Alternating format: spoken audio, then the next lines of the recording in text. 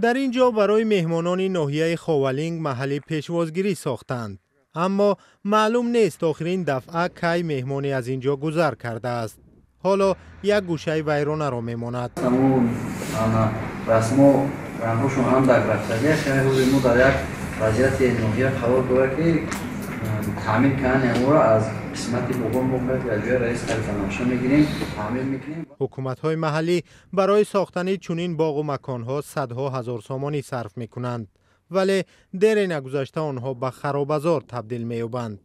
مقامات خوالینگ اعتراف کردند که حالا توانی تعمیر آن را ندارند. درختایی که در اطراف همون مونده شدگن 80% سبزیش داره و یک 20% قسمتی بلوش سبزیش نداشت. ما تیرمینی همون از نو شنوندیم و خوش میکنیم که همون اطراف درخت‌ها هم یک محکم خوری کنیم که چون سر راه رفت آمد حیوانات زیاده خوش میکنیم که چرا برقرار کنیم. ساختن باغ و تعمیر آن با پول بودجه تنها خاص خوالینگ نیست. اولین بار در دهه آلیمتای حکومت ناحیه واسه باغ استقبال مهمانان را ساخت. اگر مهمانی والا مقام به واسه آید، مقامات او را همینجا پیشواز میگیرند.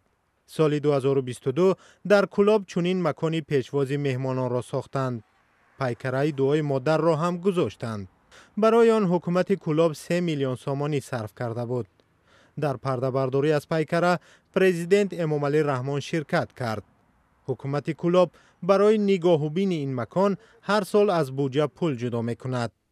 در ناحیه خوالینگ معلوم نیست باری آخر این محل را کی تعمیر کردند. ساکنان هم تنقید میکنند که بجای چنین مکانها کارخانه سازند و آن هم زمانی که ساختن پارک و پیکره گذاری در شهر و نواحی به یک نوع مسابقه تبدیل یافته است.